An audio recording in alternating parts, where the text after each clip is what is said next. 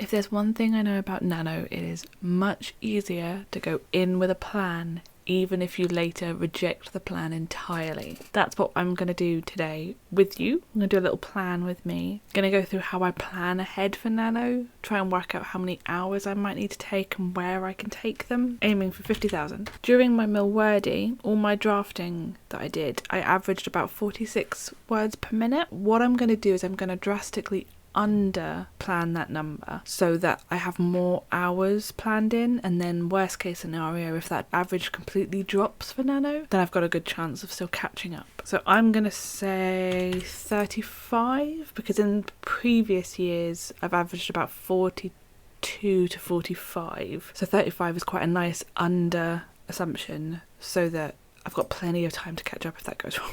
So how many hours does that mean that I need? 24. I'm going to get rid of all of the decimal points and just work in whole numbers. So we're going to assume that I need 24 hours to get through Nano. I have 3 different kinds of days. Bear with me.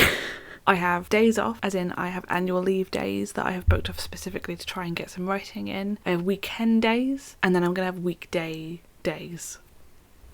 Yeah, I'm now going to go through my calendar and see if I can find how many of these I have that I don't have a big significant social engagement or there's not something specifically planned in. I am going to go into my calendar, which does have some stuff that is kind of personal, so I'm not going to show you the calendar. I'm just going to come back when I've got count. Okay, so I've gone through and picked out some dates. This is the maximum I could do. I do have 5 days off for annual leave, but I would like to have some rest. So for 2 of them, I've assumed that they are normal weekdays, because I probably won't get more than, say, an hour done on a weekday. So it means that on those days I could do a little bit, but I don't have to do a full massive writing day. So what I'm going to do now is take that number and essentially knock off a little bit of the weekends and the weekdays. Just a little bit. Again, this is part of that words per minute assumption. I'm assuming I need more time for the month, and I'm going to assume I have less time than I actually do because of all kinds of life stuff are going to happen. It's guaranteed. It always happens in November. Something comes up to go and see family and friends last minute, or we want to go out and see a film or something in an evening. So I'm going to take a little bit off of each of them. So I'm going to keep all my days off because I would like to try and get 3 days of a decent amount of work. I don't want to spend the whole day writing. I don't want to try and aim for like 12k days or anything weird, but I do want to try and get a decent chunk done. It might be similar to the weekends, but we'll have a look at that in a minute. I can play with this. So for now I'm going to assume 3 weekend days, which is half, which probably seems a little excessive to take off, but I can see how this looks in terms of how many hours per day I'm going to need, and then I can have a work out whether that's a bad idea. And then so weekdays, I'm going to say 12 weekdays seems reasonable. Of the 4 weekdays a week that I've got, because I've got things on a Wednesday evening, that would be me essentially having 1 more a week where I don't write.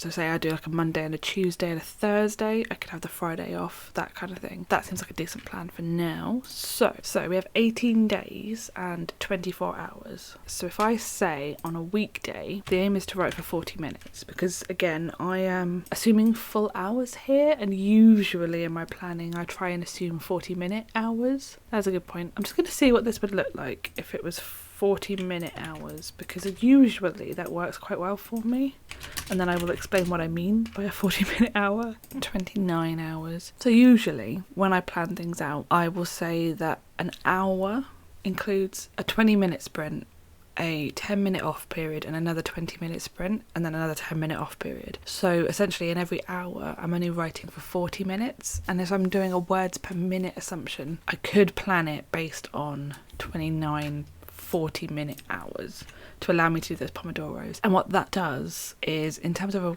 time goal, it allows me to overachieve, which feels kind of good sometimes. So if I did 25-minute sprints with 5 minutes off for say a couple of hours, I could end up making up some time so that I don't have to do a full hour later down the line. So I think I'm going to work with that. I'm going to assume 30 just for ease of numbering this out. So now what I'm going to do is I'm going to put in how many hours I think I could do in this kind of day. Got it totaling that up for me based on how many actual days I have of that, or planned days. Totaling that up, and then I'm going to have that taking away from the 30 that I'm planning to need. On a weekday, let's assume that I can do an hour. Either doing an hour on that weekday, or essentially with this 12, assuming I can do 3 hours during the work week, which I think is doable. On a weekend for now, let's just see what happens if I do 2 and if I put 2 in for the days off. So we're still missing 6 hours worth of stuff. So if I did 3 hours on a day off and then 3 hours on a weekend would do it. So if I planned to do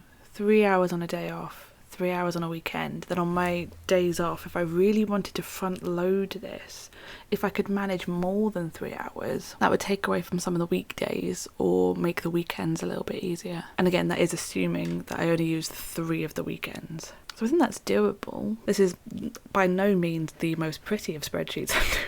But this is how my brain works. I like to get it out in front of me so I can at least see it, and I might end up rejigging this later to give myself a little bit of a tracker. But assuming that we're going to do 3 hours, so from this, words per hour, let's just check that my math has all made sense. So that is the 1.666 aim. So if I do that times the amount of hours I'm aiming for, so on a day off day and a weekend, if I could aim for 5k, can I do 5k every weekend? So what happens if I do 4 on a day off and 2 on a weekend? So the assumption would be I'd do 6.5, just over 6,500 on my days off, 33,000 at a weekend, and then that kind of looks quite symmetrical. I quite like that, but we're going to go back to doing this because the first days off I've got are literally the 1st of November till the 5th. So I want to take 2 days of just doing an hour. But if I could have a day where I could go a little bit mad, I'm considering potentially thinking about doing like a 12-hour write-a-thon, or I am thinking about a 24-hour write-a-thon, or like a 24 in 36. But if I could do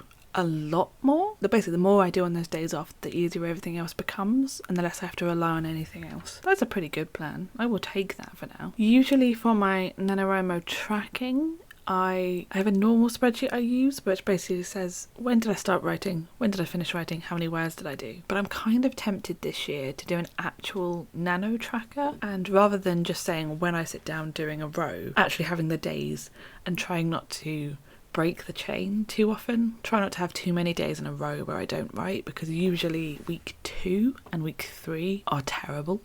I write quite a bit in the first week and then I relax a bit too much and then I panic in the last week usually. But I'm going to try not to do that this time. Let me know down in the comments how you plan out your NaNoWriMo. If you do to this level of detail. I know a lot of people wing it. I am not a wing it kind of person. I don't know if you've noticed. I need to have some kind of idea of how many words to be aiming for in a day. But let me know down below how you plan it out, or whether you're just going to wing it, or whether it's your first time and you don't have any assumptions to make about how quickly you write or anything like that. Because I am aware that I've been tracking for years, so I'm kind of slightly privileged in that I know how long it takes me when I'm writing usually, so I can make a good estimate of what's going to happen. Other than that, thank you so much for watching. I've been Nikki Starr and I will see you in the next one.